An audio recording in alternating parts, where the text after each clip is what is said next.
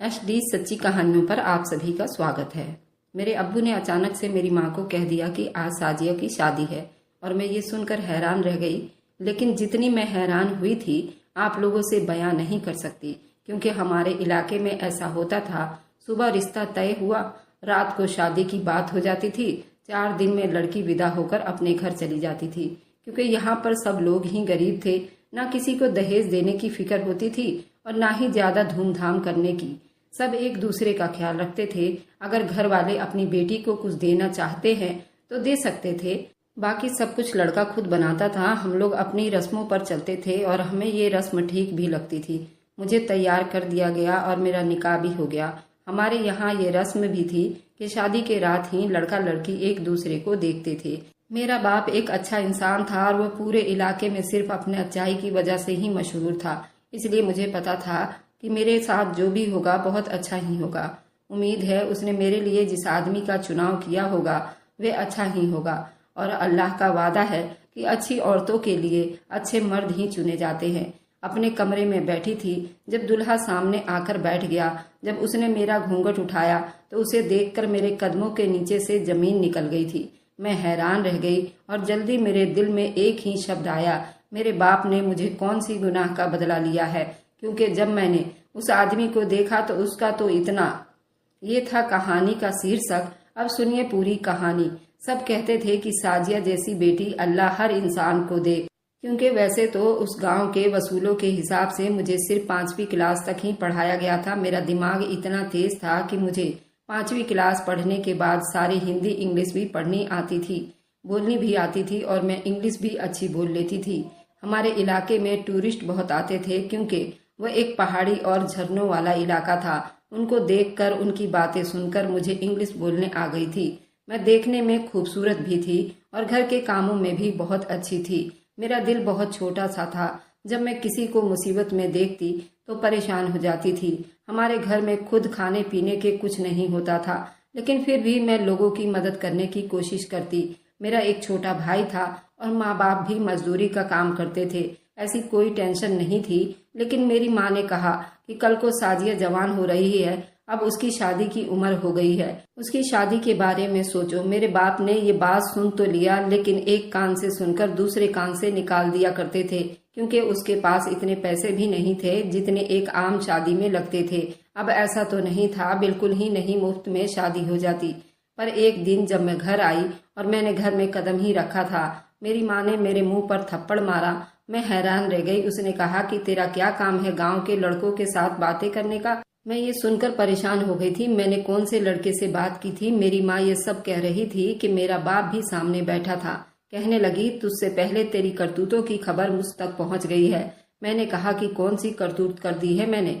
तो उन्होंने बताया कि वे साथ वाले लड़के ने देखा है कि तू एक आदमी के पास खड़ी थी और उसको सेब खिला रही थी। कहाँ से आया तेरे पास सेब, और तू उसको क्यों खिला रही थी? मैंने कहा कि मैंने पेड़ के ऊपर चढ़कर तोड़े थे। ये देखो, मुझे थोड़ी सी चोट भी लग गई है। आप लोगों के लिए भी तो लाई हूँ। और मैं जिसको सेब खिला रही थी वह एक भिखारी था। मुझसे तो मैंने दे दिया उसको। माँ, आप लोगों के बातों पर क्यों ध्यान देती हो? क्या आपको अपनी बेटी पर भरोसा नहीं है? और क्या अपने परिवार पर भरोसा नहीं करती? किसी को भीख देना कोई गुनाह है? ये लो, पकड़ो सेब और खा लो। मैंने अपनी माँ के आंचल में रखा और खुद वहाँ से निकल कर आई। मैं अपने जख्म धोने के लिए नल पर चली गई। मुझे छोटी सी खरोच लगी थी। मेरी माँ ने मेरे बाप की तरफ देखा और वे दोनों न जाने आपस में क्या खुसर फुसर कर रहे थे। कुछ न बोले। हमारे घर में माफी मांगने का तो रिवाज ही नहीं था। ठीक है, माँ बाप औलाद से माफी नहीं मांगते, पर इतना तो कह देते कि चल कोई बात नहीं। माँ ने सेब ले लिया और धोकर मेरे भाई को खिलाने लगी। वैसे मैंने माँ को पूरी बात तो नहीं बताई थी। पूरी बात ये थी, जब मैं उस आदमी के पास से गुजर रही थी तो उसने अचानक से मेरा हाथ पकड़ लिया था। मैं बड़ी बहादुर थी। अगर कोई मेरी जगह होता तो वह डर ही जाता। मैंने कहा कि शर्म नहीं आती तुम्हें? जब उसकी तरफ देखा तो उसका हुलिया बहुत ही बुरा था और डरावना था। बिल्कुल काला सा मुंह था, बुरा सा आदमी था, इतना गंदा कि उसके पास खड़ा नहीं हुआ जा रहा था। उसके अंदर से बदबू आ रही थी। मैंने कहा कि इस उम्र में भी लड़कियों को छेड़ते हो, अल्लाह का डर नहीं है तुम्हें? तो वह कहने लगा, छेड़ नहीं रहा हूँ, भूखा हूँ, कुछ खाने को हो तो दे दो। तो मैंने उसे सेब निकाल कर दे दिया और यही मंजर शायद एक लड़के ने देख लिया जो हमारे साथ वाले गांव में रहता था। वह भी बड़ा बदतमीज लड़का था। एक दिन छत पर खड़ा होकर सिगरेट पी रहा था तो मैंने उसकी माँ को शिकायत लगा दी थी, इसलिए उसने मुझसे बदला लिया था। ये तो हमारी आजकल की नस्लों का हाल है। बच्चों के स्वभाव में भी इतना गुस्सा और बदले की भावना भरा हुआ होता है। कल को क्या समाज के लिए करामत साबित होंगे, या तो खुर्दगर्ज होंगे या बुरे बनेंगे। मैं घर के काम खत्म करके घर से बाहर निकल जाती थी। हमें तो फिर भी 5वीं क्लास तक पढ़ा दिया गया था, लेकिन यहाँ पर कुछ ऐसी बच्चियां भी थीं जिनको स्कूल नहीं भेजा गया था। मैं कब से देख रही थी।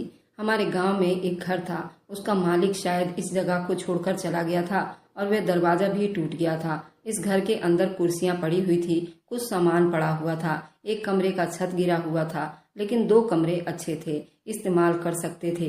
गांव वालों की मर्जी से मैं उस जगह को इस्तेमाल में ला सकती थी। मुझे किसी ने भी नहीं रोकना था। मैं यहाँ पर छोटा सा स्कूल बनाना चाहती थी। हाँ, मैं खुद ज्यादा पढ़ी लिखी नहीं थी, लेकिन जितना मुझे आता था इतना तो मैं किसी को सिखा सकती थी। मैंने सोचा कि जो चीज यहाँ पर पड़ी है उन्हीं को जुगाड़ बनाकर एक छोटा सा स्कूल बना लूंगी। इसलिए बार बार वहाँ जाया करती थी, लेकिन किसी को ये बात बताती नहीं थी, क्योंकि अगर ऐसी बातें पहले ही बता दी जाती तो शायद मैं कुछ कर ही नहीं पाती। अपने गांव की कुछ छोटी छोटी लड़कियों को जानती थी। उनको एक दिन अपने साथ ले लिया और उस जगह को साफ करने लगी। वह जगह साफ कर रही थी जब वहां पर एक भिखारी घुस आया। मैंने उसे कहा कि तुम यहाँ पर कैसे आ गए, तो कहने लगा, क्यों, ये घर थोड़ी है, ये तो गांव का घर है जो खाली पड़ा है। जैसे तुम आ गई हो वैसे मैं भी आ गया हूँ। मैंने कहा कि तुम्हें किसने यहाँ आने के लिए कहा? पहले ही तुम्हारी वजह से मेरे घर में मेरी पिटाई लग गई है। तुम्हें एक सेब क्या खिला दिया? तुम तो मेरे सर पर आ पड़े हो। मैंने कहा कि चलो जाओ यहाँ से, उससे पहले कि यहाँ पर तुम्हें कोई और देख ले। सच कहते हैं, खाली दिमाग शैतान का घर होता है। जिसको कोई काम नहीं होता वह दूसरों के घर में ताका झाकी ही करता है, इधर की बात उधर करता है। चले जाओ यहाँ से, नहीं तो फिर वही कहानी बन जाएगी। मैं उससे ये बात कर ही रही थी कि और एक बड़ा सा टेबल पड़ा हुआ था जिसको हटाने की कोशिश कर रही थी। वो मुझसे नहीं हिल रहा था। मेरे साथ जो छोटी छोटी लड़कियां काम कर रही थी उनके बस की भी ये बात नहीं थी। उसने टेबल को एक हाथ लगाया और मैं जिस तरफ करना चाहती थी उस तरफ फंसा दिया। मैं हैरान रह गई। उस बुढ़े के अंदर अभी भी इतनी ताकत थी। मैंने कहा कि शुक्रिया आपकी। उसने कहा कि मैं तुम्हारी मदद करने ही आया था। मुझे पता है तुम यहाँ पर एक स्कूल बनाना चाहती हो, एक छोटी लड़की ने मुझे बताया। मैंने सोचा कि तुम्हारी मदद करने आ जाऊं। मैंने कहा, अगर तुम्हें मदद करने का ही इतना शौक है, तुम्हारे अंदर इतनी ताकत भी है, तो तुम अपनी मदद क्यों नहीं करते हो? लोगों से भीख क्यों मांगते फिरते रहते हो?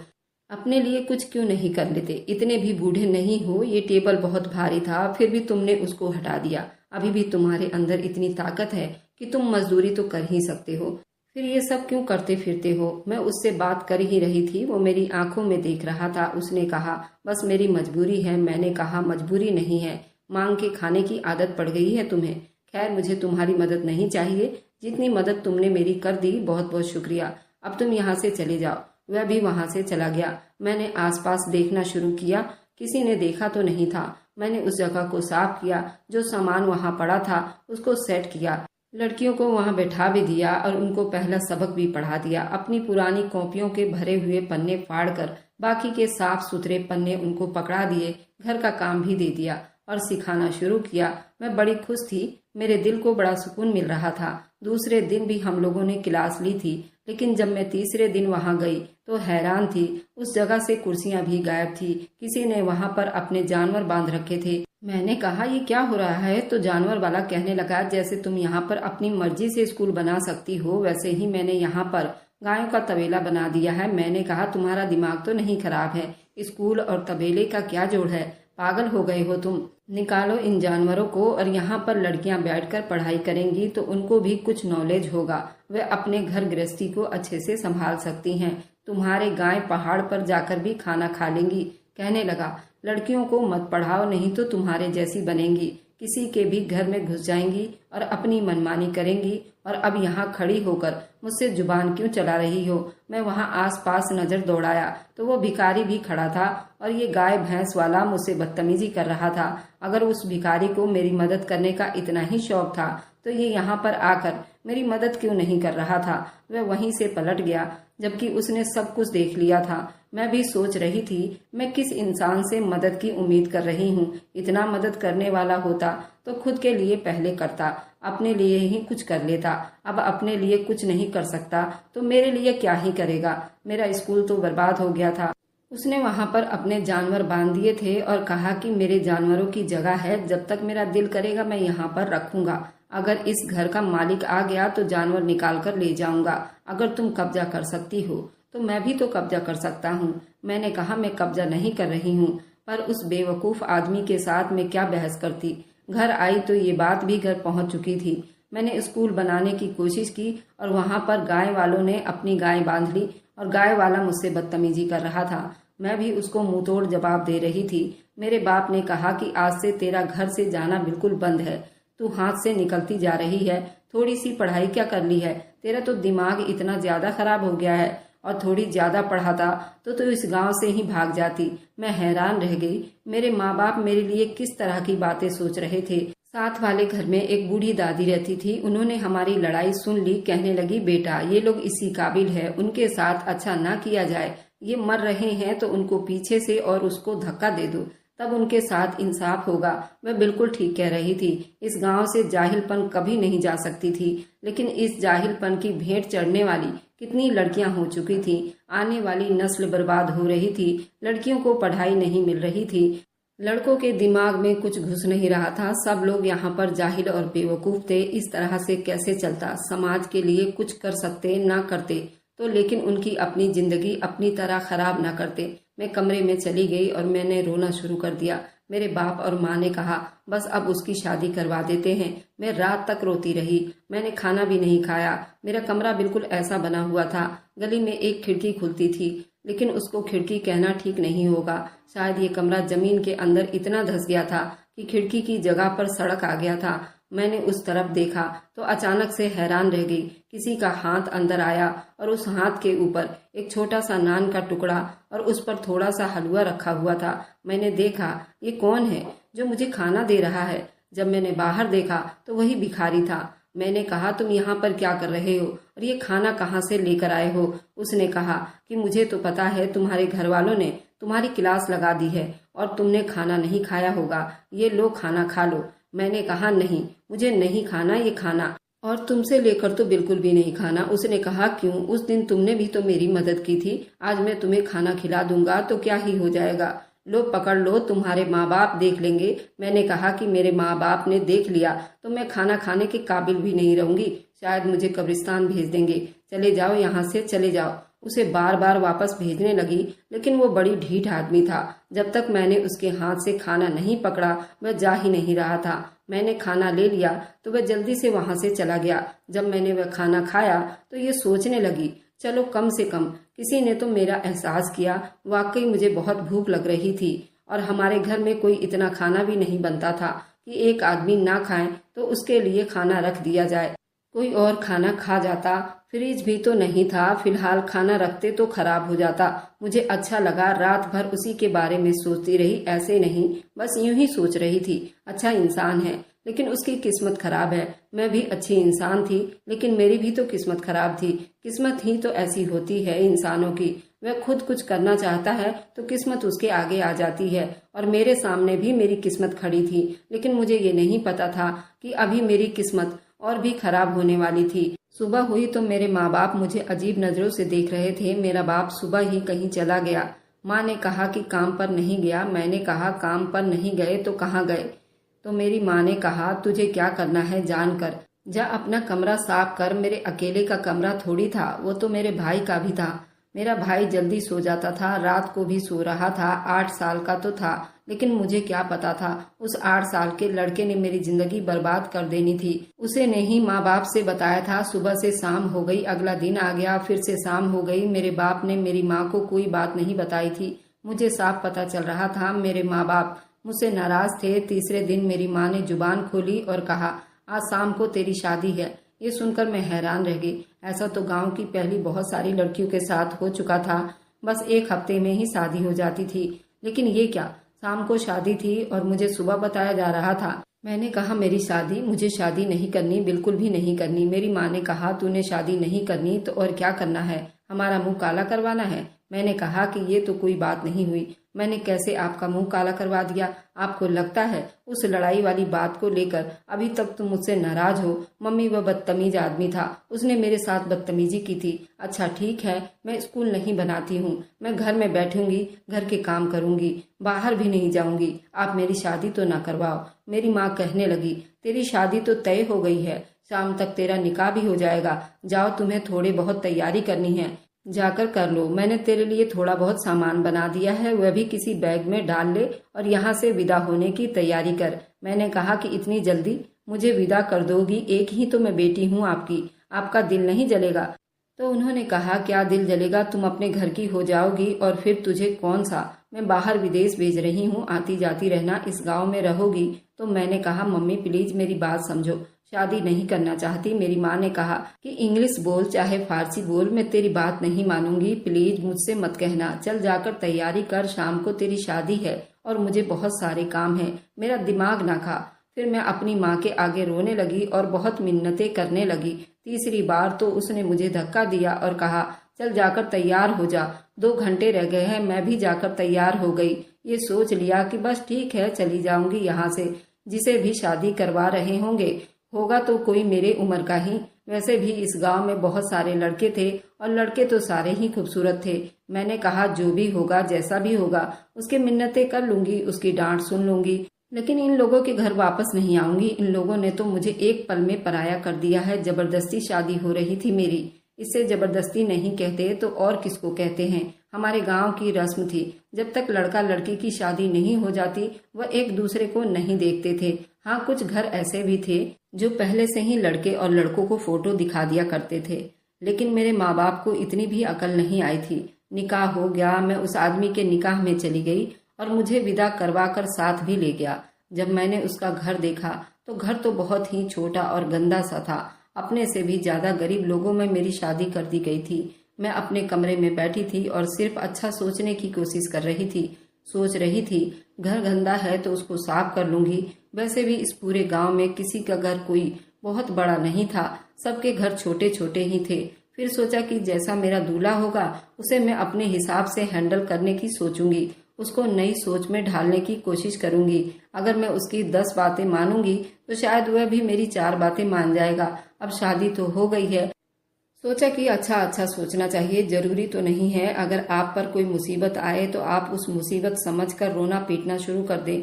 आप उसको हल करने की कोशिश भी तो कर सकते हैं। उससे ज्यादा उम्मीद की बात मेरे दिमाग में कोई नहीं आ रही थी। वह आदमी अंदर आ गया और जब उसने मेरा घूंघट उठाया तो मेरे कदमों के नीचे से जमीन निकल गई थी, क्योंकि वह कोई और नहीं बल्कि वही भिखारी था। मैंने कहा कि तुम यहाँ भी आ गए, क्या कर रहे हो तुम यहाँ पर? मैं बुरी तरह से घबरा गई थी। उसने कहा कि तुम्हारी शादी मुझसे ही हुई है, और ये बात सुनकर मेरे कदमों के नीचे से जमीन निकलती चली गई। मैंने कहा, क्या क्या? मेरे माँ बाप ने न जाने मुझे कौन सी जुर्म की सजा दी है। उसने कहा कि उस दिन जब मैं तुम्हारे घर आया था तो तुम्हारे माँ बाप ने मुझे देख लिया। अगले दिन तुम्हारा बाप मेरे पास आया था। मैंने उसे बताया कि आपकी बेटी के साथ मेरा ऐसा वैसा कोई रिश्ता नहीं है, सिर्फ दोस्ती है। उसने कहा कि दोस्ती ये कब हुई, और कहने लगा, अब तुम मेरे ही बेटी से निकाह करोगे। मैं तुम्हें ये सब कुछ बताना चाहता था लेकिन मुझे मौका ही नहीं मिला, और फिर तुम इतनी खूबसूरत हो कि मैं खुद गर्ज हो गया और मैंने तुमसे निकाह कर लिया। मेरी आंखों में आंसू आ गए और मैं फूट फूट कर रोने लगी। मैंने कहा कि तुमने इतनी आराम से मेरी जिंदगी बर्बाद कर दी। मैंने तो तुम्हारी मदद की थी और बदले में मुझे इतनी बड़ी सजा मिली। कैसे गुजारूंगी मैं तुम्हारे साथ जिंदगी? मुझे तो तुम्हें देखकर ही गुस्सा आ रहा है। मेरी तो जिंदगी बर्बाद हो गई, सारे सपने टूट गए। माँ बाप ने पढ़ाई भी ना करवाई और शादी भी तुम जैसे आदमी से करवा दी। मैं रो रही थी लेकिन वह चुप करके बैठा था, यानी कि उसको कोई परवाह नहीं थी। उसने कहा कि तुम्हें भूख लगी होगी। मैंने कहा कि भूख मर गई है मेरी, जहर खा लूंगी, मैं तुम्हारे साथ अपनी जिंदगी नहीं बिताऊंगी। जब मैंने कहा कि जहर खा लूंगी तो उसने मुझे अजीब सी बात बताई। उसने कहा, देखो तुम मुझे डराओ नहीं। अच्छा, मैं तुम्हें अपनी असलियत बता देता हूँ। मैंने कहा, कौन सी असलियत तुम्हारी? इस हुलिये के बाद तुम्हारी कोई असलियत है? वह कहने लगा, अरे मेरी बात तो सुनो। मेरे सामने आकर बैठ गया। उसने अजीब सी हरकतें करनी शुरू कर दी। पहले उसने अपने सर के ऊपर से बालों की बिग उतारी, फिर नकली दाढ़ी मूछ, उतारी, फिर पास पड़े एक गीले कपड़े से अपना मुंह साफ करने लगा। ये देखकर हैरान रह गई कि उसके मुंह पर जो सारी मिट्टी और कालिक लगी हुई थी वह उतर गई थी। उसके बाल छोटे छोटे थे। वह शक्ल से कोई बूढ़ा आदमी नहीं बल्कि मेरे ही उम्र का एक नौजवान खूबसूरत लड़का लग रहा था। उस आदमी से ऐसी डरी जैसे मैंने कोई भूत देख लिया हो। मैंने कहा कि कौन हो तुम? उसने कहा कि मेरी बात गौर से सुनो, मैं एक जासूस हूँ, इस देश के लिए काम करता हूँ, इस इलाके में मेरी ड्यूटी है। मैं पिछले 4 सालों से यहाँ भिखारी बनकर लोगों पर नजर रख रहा हूँ। मैं भिखारी नहीं हूँ, एजेंट हूँ। बार बार उसकी नकली दाढ़ी भी देखती जो एक तरफ पड़ी हुई थी, फिर मैं उसकी तरफ देखती, फिर मैं आसपास देखती तो मैं बेहोश हो गई। जब मुझे होश आया तो बिल्कुल साफ सुथरा होकर मेरे सामने खड़ा था। ऐसा लग रहा था कोई हीरो हो। उसने कहा कि मेरा नाम अरमान है और तुम्हें 2 महीने मेरे साथ यहाँ पर और गुजारने होंगे। उसके बाद मेरी पोस्टिंग हो जाएगी और मैं तुम्हें कानपुर ले जाऊंगा। मैंने कहा कि कानपुर तो बहुत बड़ा शहर है। मुझे देखकर हंसने लगा। उसने कहा कि तुम्हारी सोच बहुत अच्छी है, तुम यहाँ पर स्कूल बनाना चाहती थी ना, तुम एक अच्छी इंसान हो। इसलिए जब तुम्हारे बाप ने कहा कि मेरी बेटी से तुम्हारी शादी करवा दूंगा क्योंकि उसका तुम्हारे साथ चक्कर चल रहा है, तो मुझे तुम्हारे बाप की सोच पर बड़ा अफसोस हुआ। मैं अपनी हकीकत तुम्हारे बाप को भी बता सकता था, लेकिन फिर इस तरह उनकी हकीकत कैसे सामने आती, इसलिए मैंने उनको कुछ नहीं बताया। और देखो, उन्होंने तुम्हारी शादी ही एक भिखारी से करवा दी। मेरे दिल पर क्या गुजरेगी। मेरी शादी वैसे इंसान से करवा रहा था, लेकिन ये तो मेरी किस्मत अच्छी थी जिससे मेरी शादी हुई। वह अफसर था। यहाँ के लोगों के लिए तो भिखारी ही था। 2 महीने वहाँ बिताए और उनके बाद वो मुझे कानपुर ले गया। वहाँ पर उसका बहुत बड़ा घर था, उसके पास गाड़ी थी। सबसे पहले उसने मेरी पढ़ाई का इंतजाम किया। उसने कहा कि पढ़ने की कोई उम्र नहीं होती, तुम किसी तरह 10वीं पास कर लो, उसके बाद सारी पढ़ाई तुम्हारी प्राइवेट हो जाएगी। उसने मुझे स्कूल में एडमिशन करवाया। उससे बड़ी बात और क्या हो सकती थी। मेरा दिमाग इतना तेज था। मैंने 1 साल में 2-2 क्लासें पढ़ी और 3 साल में 10वीं कर लिया। उसके बाद मैं घर में बैठकर प्राइवेट आगे पढ़ाई करने लगी और आजकल मैं उससे भी आगे पढ़ाई कर रही हूँ। मेरी तो पूरी दुनिया ही बदल गई थी। शादी तो काफी साल हो गए हैं, लेकिन अभी तक अपने घर वालों को असलियत नहीं बताती, क्योंकि उन्होंने भी तो मुड़कर मेरी खबर नहीं ली है, ना मुझे फोन किया। मेरा भी तो दिल है, अपने माँ बाप से कोई नाराज नहीं होता, लेकिन मैं चाहती हूँ कुछ और साल इसी तरह बिता लूँ, फिर उनसे बात कर लूंगी। अपनी कहानी सुनाने का मकसद यही है। इस दुनिया में ऐसा भी होता है, लेकिन अगर आप अच्छे इंसान हैं तो कोई भी आपके साथ ऐसा कोई बुरा करने का सोच भी नहीं सकता। अगर आपको आज की कहानी पसंद आई है तो वीडियो को जरूर लाइक कीजिएगा और अपने दोस्तों के साथ शेयर भी कीजिएगा। और हाँ, अगर आपने अभी तक हमारे चैनल को सब्सक्राइब नहीं किया है तो जरूर सब्सक्राइब कर ले। मिलते हैं हम अपनी कल की एक नई दिलचस्प कहानी के साथ। मुझ पर सदा अपना प्यार और स्नेह बनाए रखें। सभी को मेरा प्यार भरा नमस्कार दोस्तों।